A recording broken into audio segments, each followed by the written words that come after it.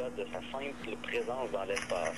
Elle s'ouvre au dialogue, à la discussion, à cette forme de négociation interhumaine que Marcel Duchamp appelait le coefficient d'art et qui est un processus temporel, se jouant ici et maintenant.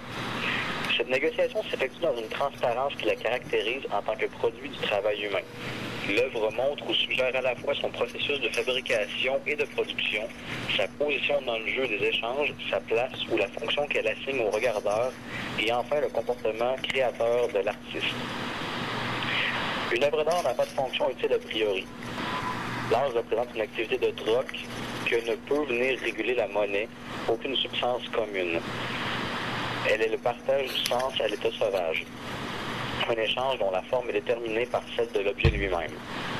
Avant de l'être par des déterminations qui lui sont extérieures, la pratique de l'artiste, son comportement, détermine le rapport que l'on entretiendra avec son œuvre.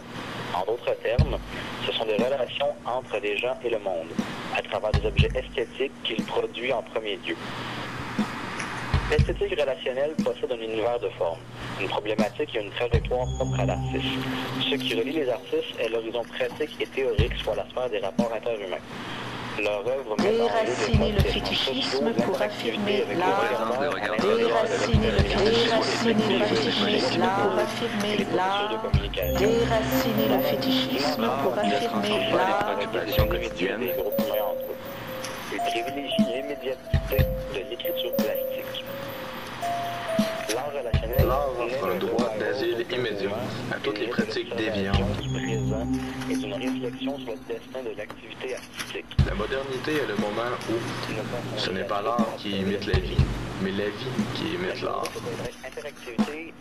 Faire des rapports humains sont désormais devenus des formes artistiques à part entière. L'art est ce sur quoi, ce autour de quoi la subjectivité peut se recomposer comme plusieurs spots lumineux s'assemblent en un faisceau.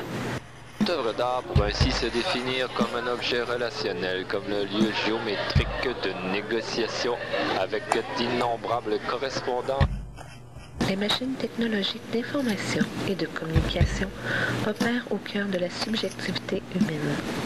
Il faudra donc apprendre à capter, enrichir et réinventer la subjectivité sous peine de la voir se transformer en un appareillage collectif rigide au service exclusif du pouvoir. L'influence de la technologie sur l'art qui lui est contemporain s'exerce dans les limites que circonscrit celle-ci entre le réel et l'imaginaire.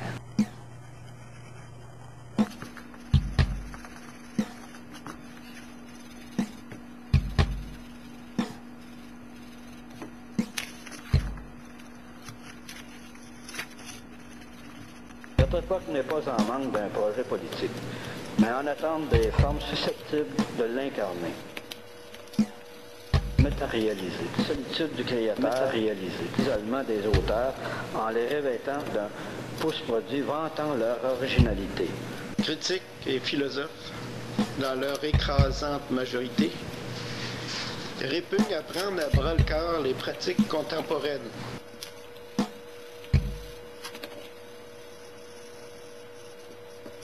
La pratique artistique se concentre désormais sur la sphère des relations interhumaines. De plus en plus nettement sur les rapports que son travail créera parmi son public ou sur l'invention de modèles de socialité.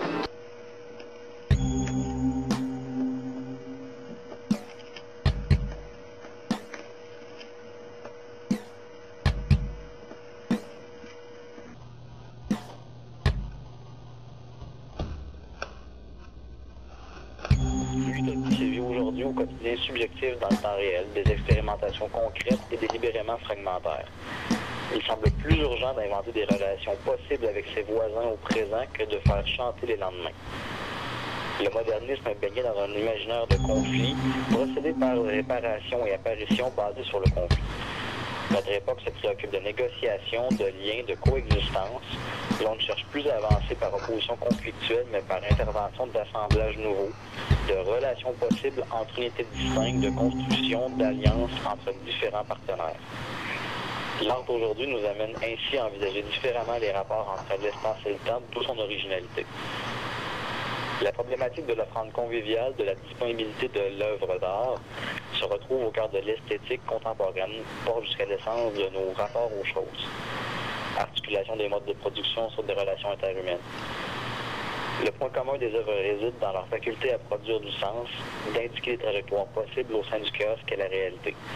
Chaos auquel les hommes opposent du verbe et des formes. L'œuvre contemporaine est plus que jamais cette démonstration pour tous les hommes à venir de la possibilité de créer la signification en habitant les bords de l'abîme.